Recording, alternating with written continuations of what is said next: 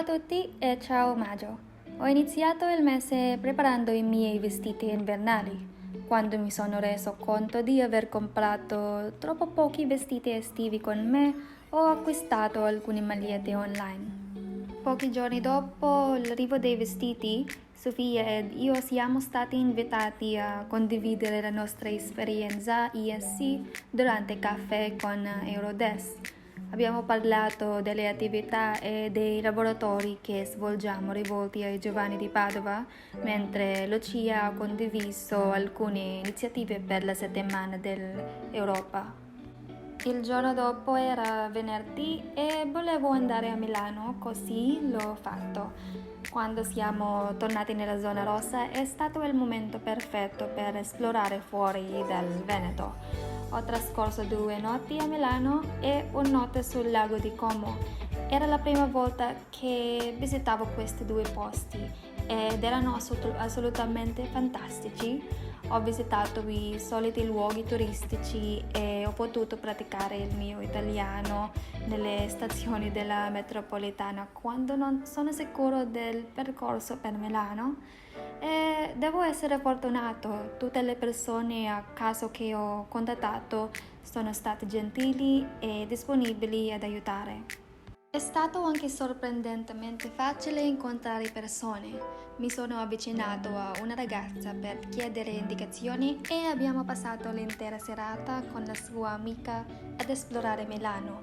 All'ostello in cui ho soggiornato ho scoperto che c'erano solo altri 4 ospiti che soggiornavano durante il mio soggiorno. All'inizio non potevo crederci. Un ostello con solo 5 ospiti in totale. Alla fine li ho trovati tutti nell'area di ritrovo che giocavano a giochi da tavolo.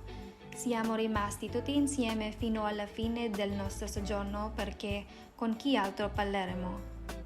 E il lago di Como era più che bello, il mio posto preferito in Italia, magico e rilassante. Ho passato tutto il pomeriggio a bagnare i piedi nel lago e sdraiato sull'erba, in pratica ad oziare. Tuttavia mi sono sentito un po' triste nel separarmi dalle persone che ho incontrato. Tornando a Padova, era la settimana dell'Europa. Per festeggiare abbiamo preparato una serie di attività nell'ambito della Festa dell'Europa 2021. C'è il caffè con Eurodesk di cui ho parlato, seguito dal nostro gruppo di discussione settimanale che è English Newspaper Corner, dove abbiamo scelto sfide e opportunità nell'Europa post-Covid come argomento. Per l'11 maggio io e Sofia abbiamo preparato Padova 360, un manuale su Padova. Per il 12 maggio Sofia ha preparato una presentazione sull'Europa e per il 13 ho fatto un tour virtuale su Bruxelles e le sue istituzioni, visto che Bruxelles è considerata di fatto la capitale d'Europa. Andiamo al Parco Milkovic per Alcella Bella. Sono andata il giorno dell'inaugurazione con un'amica e wow, come sembrava tutto normale. È proprio come prima del Covid. Le persone si divertono, si godono l'atmosfera rilassata mentre una band suona.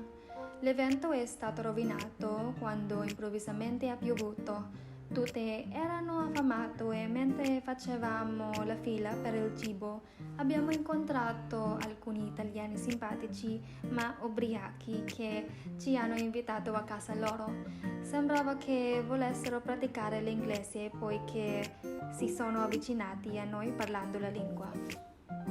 È arrivato di nuovo il weekend, questa volta ho deciso che andrò in Toscana, così è successo. Ho trascorso un giorno a Pisa e 2 notti a Firenze. A proposito, il viaggio a Pisa non era previsto, è semplicemente successo che le persone con cui condividevo la stanza all'ostello mi hanno invitato a fare una gita di un giorno a Pisa. Non avevo un forte desiderio di visitare Pisa, ma alla fine mi sono unito. Ci siamo ritrovati solo a passeggiare per la città dopo aver visitato la torre, che è durata solo poche ore, quindi abbiamo finito per lasciare Pisa poco dopo.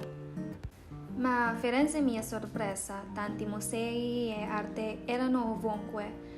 Penso di aver passato la maggior parte del mio tempo al chiuso perché un museo può occupare fino a 3 ore del tuo tempo. Come al solito ho visitato i luoghi e le zone imperdibili della città.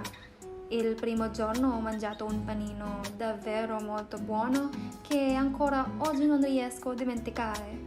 Ritornerei a Firenze solo per mangiare di nuovo in quel negozio. Esattamente l'ultimo giorno del mese era quando dovevo presentare Malta, dato che era il paese prescelto per un paese al mese. È durato un'ora e che ho presentato in italiano.